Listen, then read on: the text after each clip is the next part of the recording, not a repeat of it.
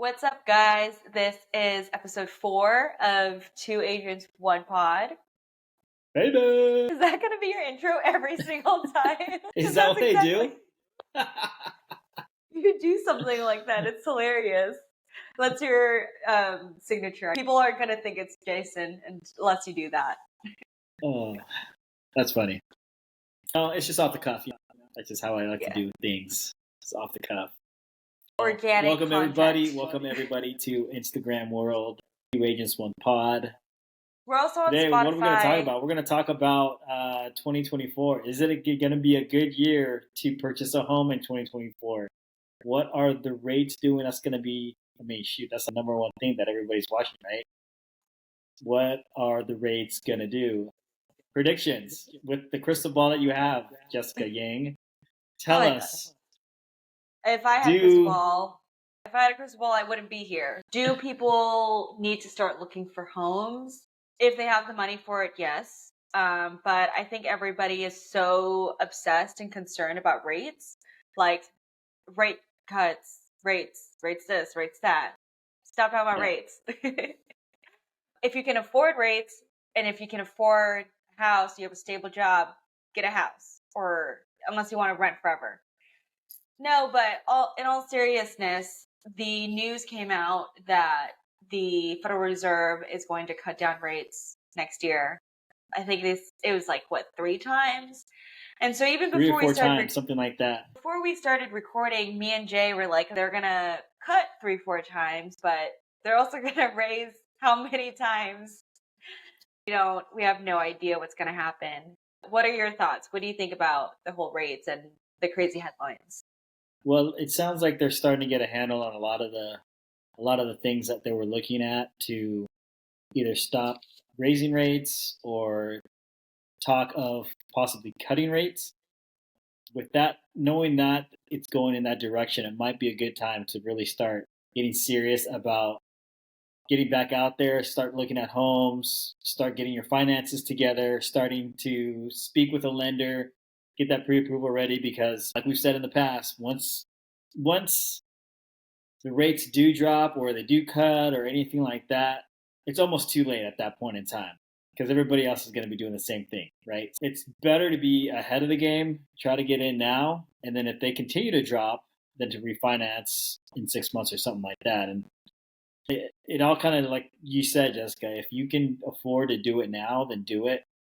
It's going to benefit you later on with all the signals saying that the rates are going to decrease. So if you can afford the payment now, it's going to be a lot cheaper for you 6, 8, 9 months from now when the rates do drop, because you can just refinance and now you have a cheaper payment. You have more money in your pocket and you have the house. The longest process and the most stressful process in buying a house, and I can vouch for this because I actually have a house now, and you have a house, you have investments.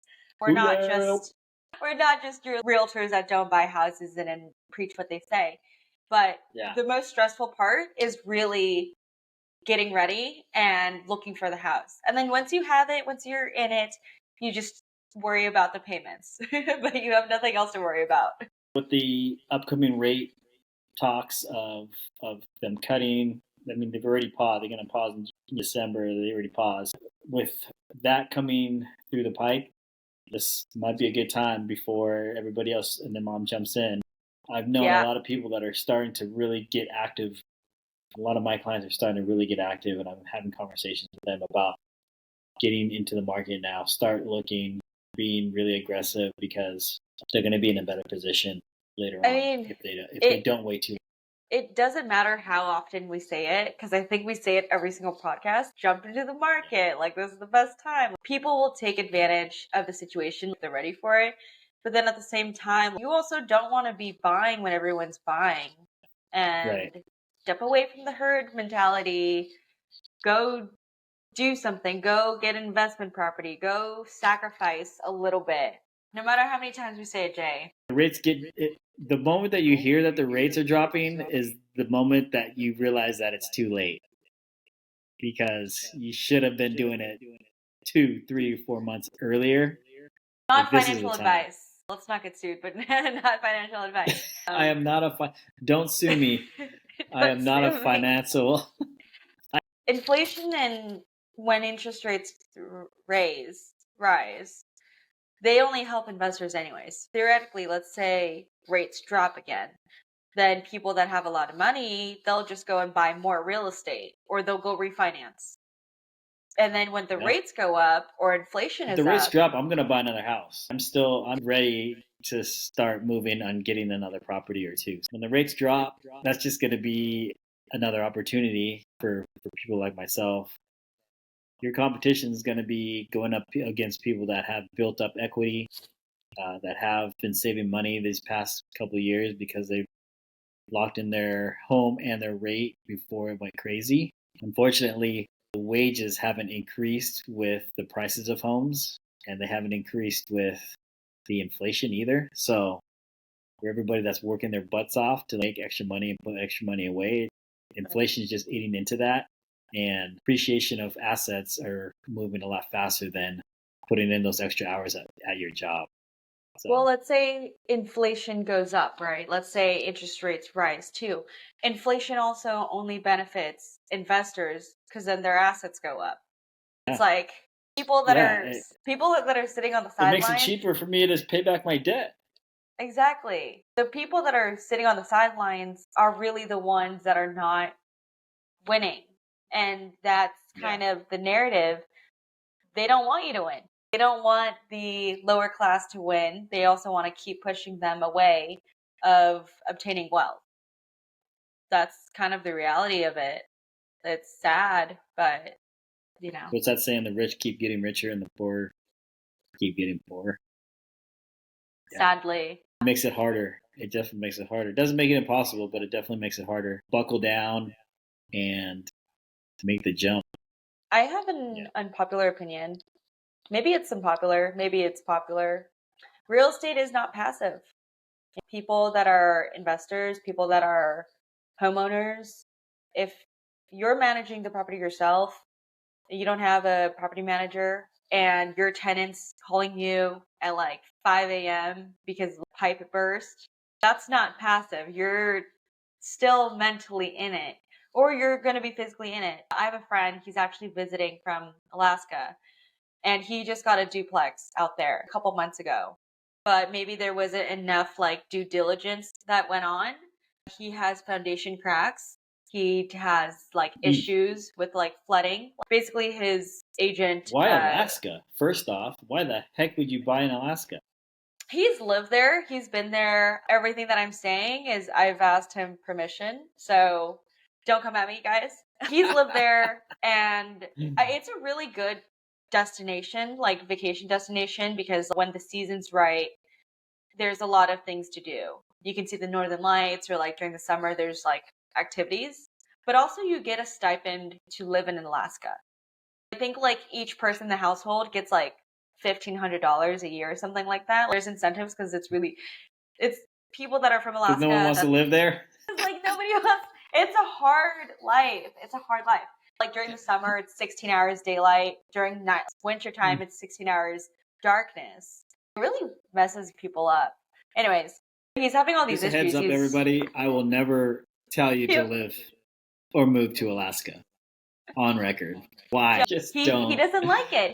He really wants to move out of there, and he's been there for 10 years, which it's good. I'm really happy for him. But these issues with foundations and water and all this stuff, it is not passive. He's probably spent so much money out of pocket now that it's not like he regrets it because he learned a lot.